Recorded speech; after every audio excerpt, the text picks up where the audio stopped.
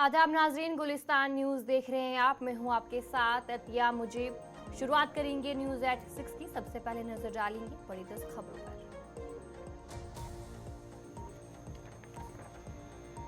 श्रीनगर में Congress legislative party का हुआ इजलास में नेशनल कॉन्फ्रेंस की हिमायत का फैसला किया गया। तारीख मुकर्रर का बयान।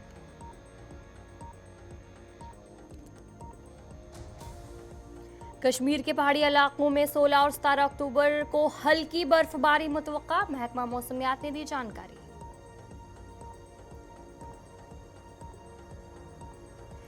शोपियां में आग की होलनाक वारदात, दर्जन दुकानें जलकर खाकस्तर।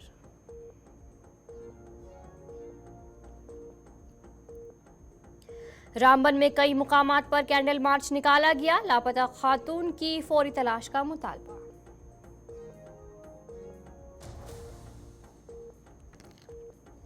हरियाणा में वजीर आला की हल्फ बर्दारी 15 अक्टूबर को। तैयारियों को लेकर 10 रुकनी कमेटी तश्कील।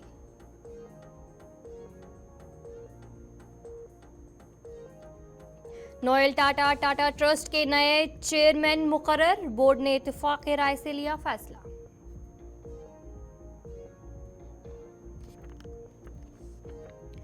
मूर्ति अपने साथ लेकर पहुंचे अखिलेश यादव। सड़क के बीचों बीच पहनाया हार। लखनऊ के GPNIC में जबरदस्त हंगामा।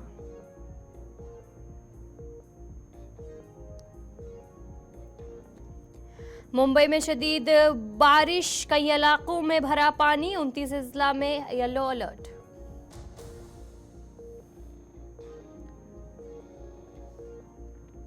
महादेव बेटिंग ऐप के मालिक को दुबई में किया गिरफ्तार। हिंदुस्तान के हवाले करने की तैयारी।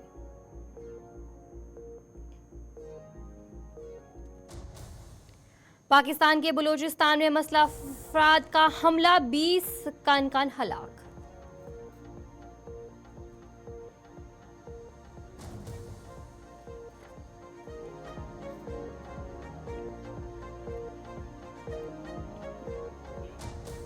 तो चले, ये थी कुछ बड़ी 10 खबरें। अब बाकी खबरों की तरफ भी रुख करेंगे, जहां पर सबसे पहले बड़ी खबर से शुरुआत करेंगे। श्रीनगर से एक बड़ी खबर सामने आ रही है, जहां पर इस वक्त बताया जा रहा है कि नेशनल कॉन्फ्रेंस और कांग्रेस की मीटिंग जो है वो जारी है।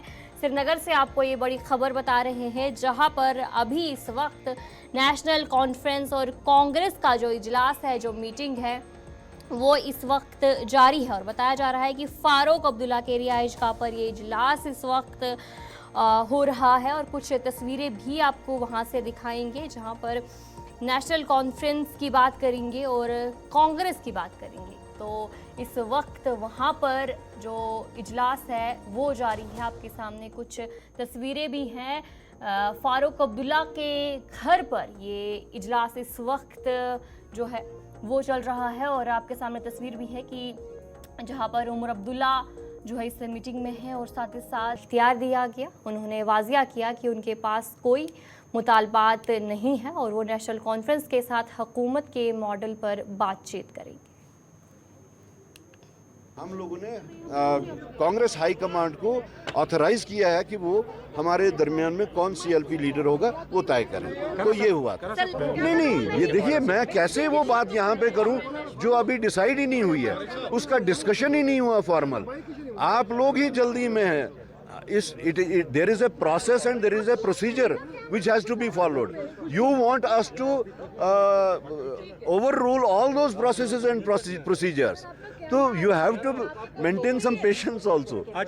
ये तो जब हम लेटर ऑफ सपोर्ट लेके जाएंगे तो वहाँ पे हम टाइम तय करेंगे कि हमारी उनके साथ डिस्कशंस कब होंगी। So for that we have to go there. देखिए, आप लोग बहुत ही इस अलायंस को और इस स्पिरिट ऑफ अलायंस को आप बहुत छोटा बना रहे हैं। मैंने अभी बताया कि ये अलायंस का स्पिरिट जो है ये बहुत हाई है। इस अलायंस में जो हम आए, it has a big cause, it has a noble cause. वो ये है कि हम मुल्क से, पूरे मुल्क से, including Jammu and Kashmir, BJP का जो मेनेस यहाँ पे है उससे किस तरह फाइट आउट करें। इस अलायंस का स्पिरिट वो है। आप इसको, you are reducing it to the number of births, you are reducing it to the number of departments. I don't think इसका वो स्पिरिट है। अभी तक इसका स्पिरिट जो है वो बहुत हाई है। देखिए, आप जम्मू के लोगों को इस तरीके से पेश कर रहे हैं जैसे कि वो किसी चीज़ से वंचित हो गए हैं। This is one state, this is one entity, Congress party is one entity. Let us introspect and see कि what can be done for what, for whom end. Deputy commissioner Athar Aamir Khan ने आज ज़िला कुलगाम के अहम तरक्याती मंसूबों बशमुल गुजर बकरवाल हॉस्टल और जदीद ज़बा खाना का मुआयना किया। उन्होंने कौमी शहरा की पेशरफ्त का भी जायज़ा लिया। इस मौके पर अफसरान ने मंसूबों की मौजूदा सूरत हाल पर ब्रीफिंग दी।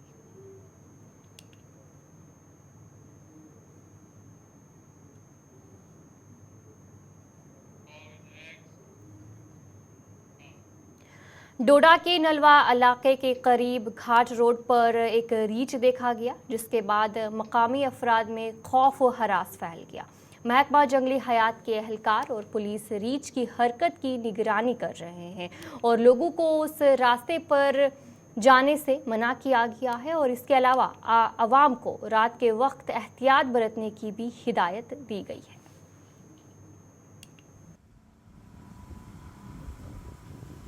मेरा नाम जोगुल किशोर शर्मा, मैं वाइल्ड लाइफ कंट्रोल रूम डोडा से बोल रहा हूँ, डोडा से हूँ।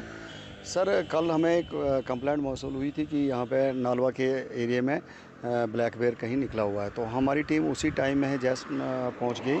तो हमने देखा कि अगर यहाँ पे है तो हमने वहीं यहाँ पे आके कुछ क्रैकर बस्ट किए। फिर उसके बाद हमने लोगों में क्रैकर भी डिस्ट्रीब्यूट किए। तो हम लोगों से यही अपील करते हैं कि अगर कहीं ऐसा ही जानवर कहीं आपको दिखे, कहीं भी आपको जानवर दिखे तो लोग पैनिक ना लें, लोग उसकी तरफ उसको पत्थर ना फेंकें, उसको तंग ना करें, वाइल्ड लाइफ डिपार्टमेंट को इन्फॉर्म करें, हम टाइमली आके देख लेंगे। और साथ में भैया हमारी टीम जो है इस टाइम में एक टीम हमारी इस टाइम में भागवा में भी गई हुई है, वहाँ से भी कंप्लेंट आई हुई है हमें। तो हम सुबह से कल शाम को भी आए थे और आज सुबह से ही हम 9 बजे के टाइम यहाँ पर पहुँच गए। 9 बजे से हम इस पूरे एरिया को लोकेट कर रहे हैं। अगर कहीं हमें दिखेगा तो हम आगे की फर्दर। जिला डोडा के नालवा इलाके में मौजूद हूँ। आपको बताना चाहेंगे कल दोपहर को जिला डोडा के नालवा इलाके से खबर ये मिली थी कि यहाँ पे ब्लैक बियर जो है इलाके के अंदर घूम रहा है और लोगों को काफ़ी ज़्यादा डर और खौफ देखने को मिल रहा था। साथ साथ में बताना चाहेंगे पुलिस और वाइल्ड लाइफ डिपार्टमेंट इस स्पॉट पे पहुंचा था जहां इस वक्त मैं मौजूद हूं और पूरी छानबीन इस इलाके के अंदर की थी। आज सुबह इस इलाके से फिर से खबर मिली कि ब्लैक बेयर इस इलाके के अंदर घूम रहा है। वाइल्ड लाइफ डिपार्टमेंट जो है सुबह से ही यहाँ पे तैनात है और इलाके के अंदर घूम रहा है और इक्विपमेंट्स के साथ साथ। वहीं पे वाइल्ड लाइफ डिपार्टमेंट को अभी तक कोई भी बड़ी जो है कामयाबी हाथ नहीं लगी है और वाइल्ड लाइफ डिपार्टमेंट जब गुलिस्तान न्यूज़ से बात की, उन्होंने कहा कि मकामी लोगों से अपील उन्होंने की है कि अगर कहीं भी आपको ब्लैक बियर या लेपर्ड देखने को मिलता है तो ज़रूर कंसर्न महकमे से राब्ता कीजिए ताकि टाइमली वो यहाँ पे पहुँचते और उसको यहाँ से कैप्चर करके। मैं आपको बताना चाहेंगे जो मकामी लोग यहाँ के रहने वाले हैं उनका ये मानना है कि पहले जब इंसिडेंट यहाँ हुआ था, आपको याद होगा कुछ बरस पहले नालवा के इलाके में एक बच्चे को जो है लेपर्ड ने खाया था। उसके बाद अफरा तफरी का माहौल देखने को मिला था और तब की जो एडमिनिस्ट्रेशन थी उन्होंने कहा था कि पूरे इस इलाके को लाइटिंग लगाई जाएगी। पूरे इस जो नालवा का एरिया है, पूरा स्ट्रेच है, यहाँ पे जो है लाइट्स लगाई जाएंगी। अभी तक वो लाइट्स नहीं लगाई गई हैं तो उम्मीद कर सकते हैं जो जिला एडमिनिस्ट्रेशन है इस पे ध्यान देगी और खास करके अगर मकामी लोग इस ब्लैक बियर को देखती है, लेपर्ड को देखती है तो ज़रूर कंसर्न महकमे से। सुरनकोट के लोगों ने नबी मोहम्मद सल्लल्लाहु अलैहि वसल्लम के बारे में निरसंगानंद की तौहीन-आमेज़ बयानात के खिलाफ एहतजाज किया। मुजाहिरीन ने हुकूमत से मुतालबा किया है कि वो इस मामले में सख्त कार्रवाई करे। उन्होंने नारेबाजी की और कहा कि ऐसे बयानात को बर्दाश्त नहीं किया जाएगा और फौरी कानूनी इक़दाम का मुतालबा किया।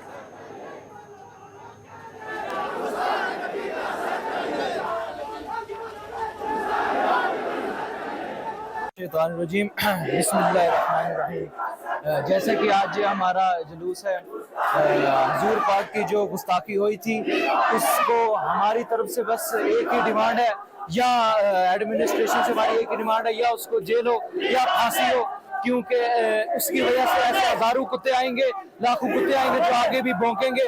अगर उसको फांसी या उसके साथ कोई सजा होगी तो आने वाले कुछ लोग जो है आगे गुस्ताखी नहीं कर पाएंगे, क्योंकि अगर उस पर कोई एक्शन नहीं लिया गया तो आगे भी बहुत सारे कुत्ते भौंकेंगे। और अगर यही हालात हिंदुस्तान में रहे तो फिर इस हिंदुस्तान का माहौल मुझे बिगड़ता हुआ दिख रहा है, क्योंकि मुसलमान अपनी जान कुर्बान कर देगा, माँ बाप घर कुर्बान कर देगा, लेकिन अपनी हजूर की, अपने नबी की जो इज्जत है उसको मिट्टी में नहीं मिलने देगा, उसको कम नहीं होने देगा, अपनी जान दांव पे लगा देगा। लेकिन हजूर की इज्जत पे कोई बात आ जाए तो हम बिल्कुल बर्दाश्त नहीं करेंगे। और यहाँ पे जितने भी लोग हैं उन सब के दिलों में जो हजूर का इश्क है ना वो कोई निकाल सकता है और ना ही निकालेगा। अगर मुसलमान जो है हजूर की इज्जत के ऊपर बहुत ज्यादा भड़क गए तो हिंदुस्तान के हालात बहुत बिगड़ सकते हैं। तो मेरी सिर्फ यही दरख्वास्त है, उसको जल्द से जल्द फांसी हो। अस्सलाम वालेकुम। देखिए, आज सबसे पहले तो मैं आपको बताना चाहूँगा कि मज़हब इस्लाम जो है वो मज़हब इस्लाम एक ऐसा मज़हब है, एक ऐसा खूबसूरत मज़हब है कि जिसने हमेशा अमन व अमान की बात की है, जिसने हमेशा अमन का दर्स दिया है, जिसने हमेशा आपसी भाईचारे का दर्स दिया है, जिसने हमेशा आपसी रवादारी का जो है वो पैगाम दिया है। लेकिन अफसोस से कहना पड़ता है कि आज के इस पुरफितन दौर में ऐसे अनासर जो किसी भी समाज की फलाह, किसी भी समाज की बका, किसी भी समाज की बहबूद के लिए एक ख़तरे की घंटी हैं। मैं इंतज़ामिया से ये गुजारिश करना चाहूँगा कि आपने ऐसे एहतजाज सिर्फ सुरनकोट ज़िला पुंछ में नहीं बल्कि हिंदुस्तान के मुख्तलिफ कोनों में आपने ये एहतजाज देखे हैं और एक ही आवाज़ आई है कि तमाम मज़ाहिब की तरफ से ऐसे लोगों की मजम्मत की गई है। ऐसे लोगों पे कड़े सख्त से सख्त कार्रवाई जो है वो अमल में आनी चाहिए, ताकि ऐसे लोगों का होना हमारे समाज के लिए ख़तरा साबित ना हो सके और हमारे मुल्क में आने वाले वक्त में आपसी भाईचारा, सुकून, अमन। नौमुंतखब MLA रफ़ीक अहमद नायक ने तराल सब डिस्ट्रिक्ट अस्पताल का दौरा किया और मरीज़ों की सहूलियात का जायज़ा लिया। उन्होंने अस्पताल के अपग्रेडेशन के लिए कोशिश करने का वादा किया और अपने दौरे के दौरान उन्होंने ब्लॉक मेडिकल ऑफिसर तराल डॉक्टर ज़हूर अहमद से भी मुलाकात की और उनसे मुख्तलिफ अमवार पर तबादला ख्याल किया।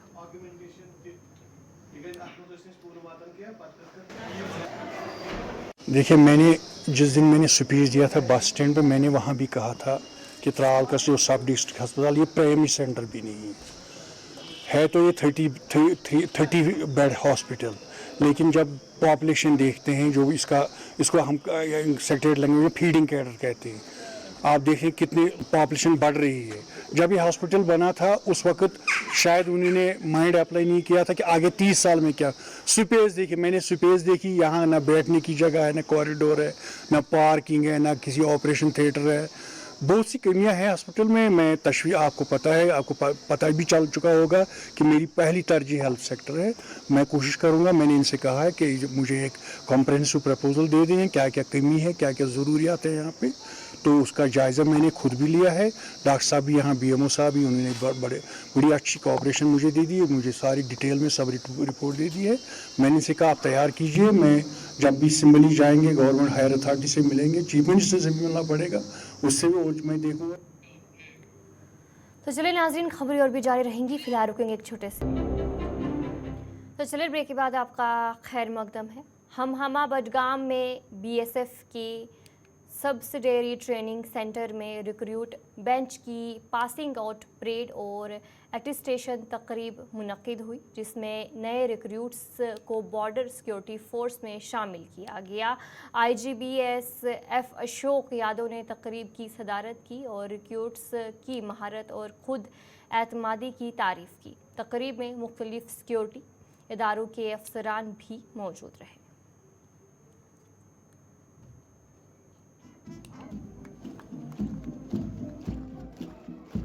इंग्लिश ट्रेनिंग के दौरान सबसे बड़ी चीज सीखी है संघर्ष।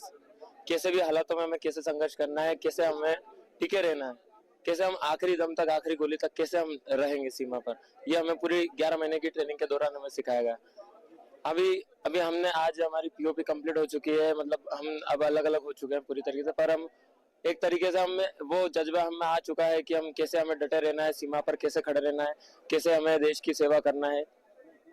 और हमें इस ट्रेनिंग के दौरान ये भी सिखाया गया कि तुम्हें सीमा पर रहना, कैसे सर्वाइव करना, कैसे दुश्मन देश के साथ कैसे तुम्हें मुकाबला करना है, कैसे उसका सामना करना है। ये सब चीजें हमें पूरे 11 महीने की ट्रेनिंग के दौरान सिखाया गया। हमें हथियार कैसे चलाना है, हथियार है पूरा उसका ड्रिल समेत पूरा हमें सिखाया गया है। जैसे हमने ज्वाइन किया था उसके बाद तो शुरुआत में तो हमें बहुत कठिनाई हुई थी कि फौज की लाइफ जीना बहुत कठिन काम है।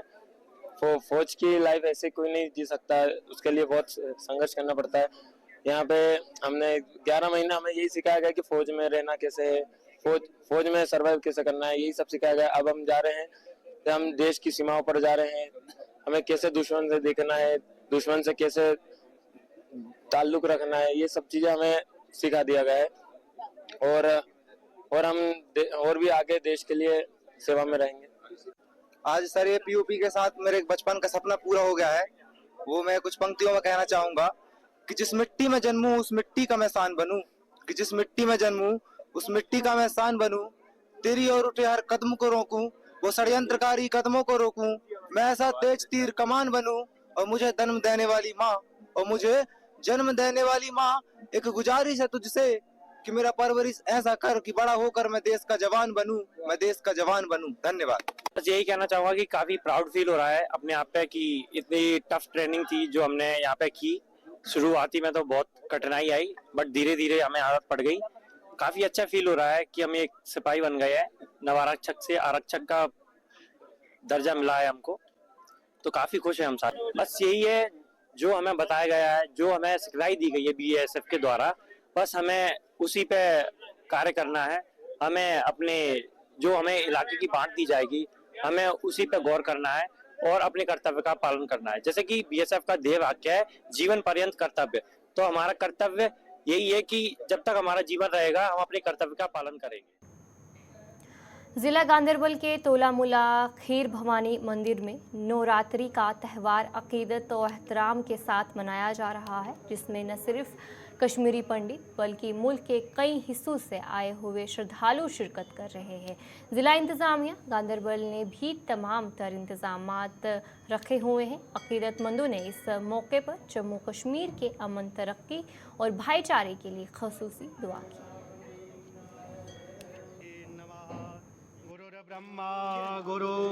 माँ खीर भवानी में पुजारी हूँ और आज ही के दिन माँ भगवती जी का अष्टमी और नवमी का पूजन किया जा रहा है। अष्टमी पे बड़े धूमधाम से भक्तजन आके पूजन इत्यादि वगैरह कर रहे हैं। माता को खीर का भोग, हलवा, चुनरी, कंद, पुष्प, नैवेद्य अर्पित कर रहे हैं और माता से शुभ आशीर्वाद प्राप्त कर रहे हैं। माता जो है सभी भक्तजनों का कल्याण करेंगी, आशीर्वाद करेंगी। माता रानी कल्याण करेंगी। सुरनकोट में मकामी लोगों ने गैर मियारी तारकोल बिछाने पर इंतजामिया की लापरवाही पर नाराज़गी का इजहार किया, जिससे फैजलाबाद सड़क 4 घंटे बंद रहने के बाद ट्रैफिक के लिए बहाल कर दी गई। इस मौके पर नायब तहसीलदार और दीगर हुकाम ने मौके पर आकर काम दोबारा करने का वादा किया, जिसके बाद लोगों ने हुकाम का शुक्रिया अदा किया। जी, मेरा नाम इरफान मनास है। हम यहाँ फजलाबाद में रह रहे हैं। हमारा ये था कि ये जो हमारे पिछले 4-5 साल से हम बहुत परेशानी से यहाँ रोड में आ जा रहे थे, तो ये हमने सोहेल भाई से बड़ी रिक्वेस्ट की और डिपार्टमेंट से रिक्वेस्ट की। हमारे DC साहब यासीन साहब आए, उनने हमें एश्योर किया कि इसकी जो ब्लैक टैपिंग है अच्छे से होगी, कंक्रीट होगी, मेटल होगा, क्योंकि ये जो रोड है ये कम से कम 30 से 40 हज़ार लोगों की आबादी को टच करती है, कम से कम 15 पंचायतें।